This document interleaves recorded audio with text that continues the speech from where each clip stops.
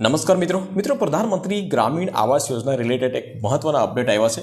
જે હા મિત્રો, અત્યાર સુધી તમે ગ્રામ્ય વિસ્તારની અંદર મકાન બનાવતા હોય તો તમને સરકારી જે સહાય આવાસ યોજના તરફથી જે સહાય મળતી હતી તો તે 1,20,000 રૂપિયા સહાય મળતી હતી। પરંતુ આવનારા સમયની અંદર અથવા તો અત્યારે જે છે મોંઘવારીને ધ્યાનમાં લઈ અને ગવર્મેન્ટે જે ગ્રામ્ય વિસ્તારની અંદર લોકો જે નાના લોકો રહે છે તો એવા લોકોને ધ્યાનમાં લઈ અને એમાં વધારો કર્યો છે।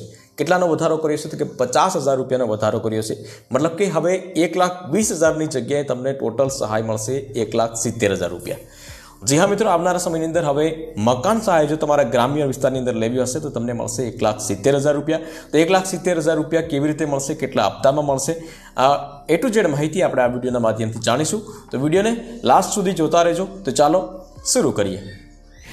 તો વિશેષ વાત કરીએ આપણે તો ગ્રામીણ આવાસ યોજનામાં હવે 1,20,000ને બદલે 1,70,000 રૂપિયા મળવા પાત્ર રહેશે। ગુજરાતના પ્રધાનમંત્રી આવાસ યોજના ગ્રામીણના લાભાર્થીઓના હિતમાં મહત્વપૂર્ણ નિર્ણય આવ્યો છે। 50,000 રૂપિયા વધારાની સહાય આપવામાં આવશે। ગુજરાતમાં પ્રધાનમંત્રી આવાસ યોજના ગ્રામીણના લાભાર્થીઓના હિતમાં સરકારે એક મહત્વપૂર્ણ નિર્ણય લીધો છે।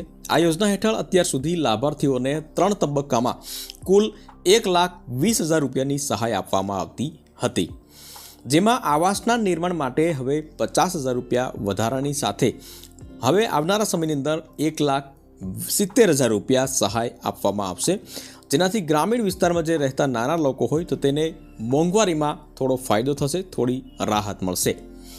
ગ્રામીણ વિસ્તાર મંત્રી રાઘવજીભાઈ પટેલે જણાવ્યું હતું કે ગ્રામીણ વિસ્તારોમાં જે મકાન બાંધવા માટે વપરાતા રેતી, કપચી, સિમેન્ટ, સ્ટીલ જેવા જે માલસામાનની દર વર્ષે આપણને ખ્યાલ છે કે લગભગ 25 થી 30% કિંમતો વધતી હોય છે। તો આવી બાબતોને ધ્યાનમાં લઈ અને સાથે સાથે ભૌગોલિક અને અંતરિયાળ વિસ્તારોમાં રહેતા હોય, મતલબ કે ગ્રામ્ય વિસ્તારની વાત કરીએ આપણે તો દરેક ગામની અંદર રસ્તા સારા નથી હોતા, વાડી વિસ્તાર હોય તો વાડી વિસ્તારના રસ્તા જે છે સારા નથી હોતા। એટલા માટે જે પરિવહન મતલબ કે જે માલ જે છે શહેરમાંથી જે ગ્રામ્ય વિસ્તારમાં લઈ જવામાં આવે તો એની કિંમતમાં પણ વધારો હોય છે। અને આવી બધી બાબતોને ધ્યાનમાં લઈ અને વિકાસ મંત્રી જે છે ગ્રામ્ય વિકાસ મંત્રી રાઘવજીભાઈ પટેલે આ નિર્ણય લીધો છે। મતલબ કે 50,000 રૂપિયા વધારે સહાય આપવાની જાહેરાત કરી છે। રાજ્ય સરકારે લાભાર્થીઓને પડતી મુશ્કેલીઓ દૂર કરવા માટે આ મહત્વપૂર્ણ નિર્ણય કર્યો છે। પ્રધાનમંત્રી આવાસ યોજના ગ્રામીણમાં 50,000 રૂપિયાની વધારાની જાહેરાત કરી છે, ત્યારે વર્ષ 2025-26ના બજેટમાં આ વધારાની સહાય ચૂકવવા માટે કુલ 1,10,000 લાભાર્થીઓને ધ્યાનમાં રાખી અને સાથે 550 કરોડની ફાળવણી કરવામાં આવશે। મતલબ કે આ 2025-26માં ટોટલ જે છે ગુજરાતના 1,10,000 લાભાર્થીઓને 1,70,000 રૂપિયા લેખે સહાય આપવામાં આવશે। હવે વાત કરીએ કે 1,70,000 રૂપિયા લાભાર્થીને એક સાથે મળવાના છે અથવા તો હપ્તે મળવાના છે, તો હું તમને જણાવી દઉં મિત્રો કે આમાં હપ્તે મળતા હોય છે। કેવી રીતે મળશે તો સૌપ્રથમ જે છે લાભાર્થીઓને આવાસ મંજૂરી સમયે પ્રથમ હપ્તો જે છે 30,000 રૂપિયાનો મળશે। 30,000 રૂપિયાના ખાતામાં ડાયરેક્ટ જમા થશે। ત્યાર પછી બીજો હપ્તો 80,000 રૂપિયાનો મળશે। ત્રીજા હપ્તાની વાત કરીએ તો 50,000 રૂપિયા મળશે। અને તેમજ આવાસ પૂર્ણ થયેલ મતલબ કે તમારું મકાન જે છે એ પૂર્ણ થયેલ ચોથો હપ્તો આવશે 10,000 રૂપિયાનો। તો આમ મળી અને 1,70,000 રૂપિયાની સહાય આપવામાં આવશે। પહેલાં 30,000, ત્યાર પછી 80,000, ત્યાર પછી 50,000 અને ત્યાર પછી 10,000।